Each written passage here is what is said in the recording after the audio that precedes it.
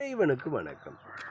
தற்பொழுது மகம் நட்சத்திரக்காரர்களுக்கு உரிய சனிப்பெயர்ச்சி பலனை பார்ப்போம். இவர்களுக்கு பங்குனி 1ஆம் தேதி வரை உள்ள காலகட்டத்தில் சாதகமான பலன்களை கொடுக்கும்.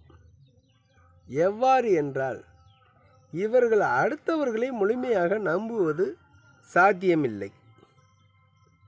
ஒருவரை நம்பினால் நம்பிக்கை துரோகம் செய்து விடுவர். ஜாமீன் போட்டால் தலைமறை கஷ்டத்தில் மாட்டிவிட்டு ஒருவருக்கு கடன் வாங்கி கொடுத்தால் கடன் நாம் தான் கட்ட வேண்டும். இதனால் கணவன் மனைவிக்குள் பிரிவினைகள் ஏற்படும். இதே போன்று